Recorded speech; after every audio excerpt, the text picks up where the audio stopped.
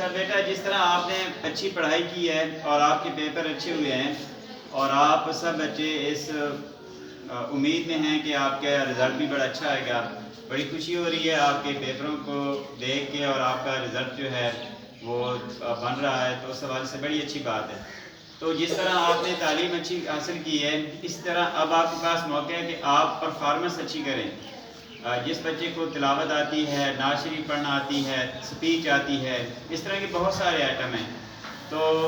جو بچہ اپنے حساب سے تیاری کر رہا ہے اس میں بھی آپ دل لگا کے تیاری کریں۔ ٹیبلو ہے اور اس طرح کے جو پروگرام ہیں، تو بیٹا آپ شوق سے کر رہے ہیں نا؟ اچھا بیٹا، ایک اور چیز آپ نے اس کا خاص خیال رکھنا ہے کہ اسکول کے جو ایکوپمنٹ ہیں، اسکول کی جو اشیاء ہیں، اس کی حفاظت۔ اچھا دیکھیں کہ آپ کے اسکول کا فرنیچر ہے، کلاس روم میں مختلف چیزیں پڑی ہوتی ہیں، جو چھوٹی کلاسیں ہیں وہاں پہ ٹوائز بچوں کے پڑے ہوتے ہیں اور ماڈل پڑے ہیں اور کافی ساری چیزیں جو ہیں وہ ڈسپلے کی گئی ہیں آپ کے دیواروں، جو کلاس روم کی دیواریں ہیں ان کے اوپر، تو ان کو آپ نے حفاظت کے ساتھ رکھنا ہے، ٹھیک ہے نا؟ اگر ٹوائز کے ساتھ کھیلنا ہے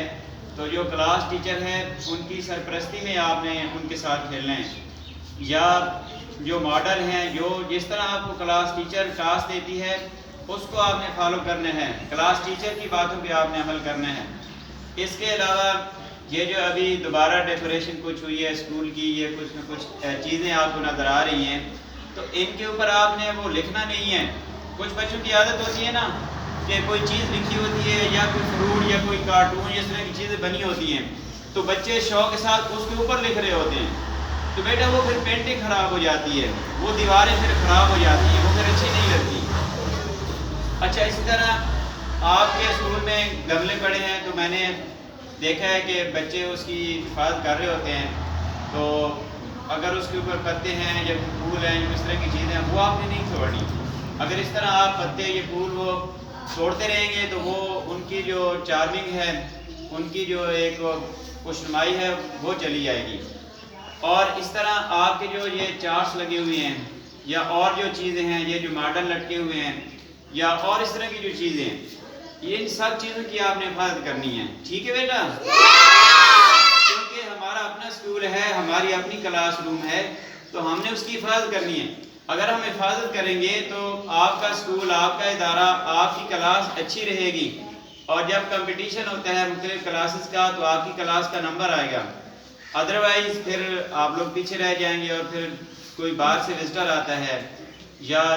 مینجمنٹ میں سے کوئی بھی بندہ آتا ہے، وہ دیکھتا ہے تو پھر وہ اچھی بات نہیں ہے کہ وہ آپ کو بتا رہا ہو کہ بیٹا ان چیزوں کی حفاظت کرو، یا یہ چیزیں آپ کی اوپری پڑی ہیں، یا بے ترتیبی کے ساتھ یہ چیزیں پڑی ہیں۔ اچھا جیسے میں نے وہ چھوٹی کلاس میں دیکھا ہے کہ وہ رنگ دار بوتلیں پڑی ہیں یا اور اس طرح کی کافی چیزیں ہیں، تو وہ اگر ترتیب سے چیزیں پڑی ہوتی ہیں تو وہ بڑا اچھا لگتا ہے۔ اگر ترتیب سے نہ پڑھی ہو تو پھر لگتا ہے کہ جی یہ بچے تو بڑے شرارتی ہیں، یا بچوں کو پتہ ہی نہیں ہے کہ چیزوں کو کیسے رکھنا ہے، یا کلاس ٹیچر جو ہے وہ ان کو نہیں بتاتی، یا کلاس ٹیچر جو ہے وہ ان چیزوں کا خیال نہیں رکھتی، تو یہ بہت ساری باتیں آ جاتی ہیں۔ تو آج ہم نے اس بات پہ عمل کرنا ہے کہ جو ہماری کلاس کی جتنی چیزیں ہیں ہمارے، چاہے وہ کھیلنے کی ہیں، پڑھنے کی ہیں، اسکول کا فرنیچر ہے، کلاس کا فرنیچر ہے، جتنے آئٹم ہیں ان کے ساتھ ہم نے کھیلنا ہے، لیکن ان کی ترتیب کو نہیں خیال کر، ان کی ترتیب کو نہیں ہم نے ڈسٹرب کرنا، ٹھیک ہے بیٹا؟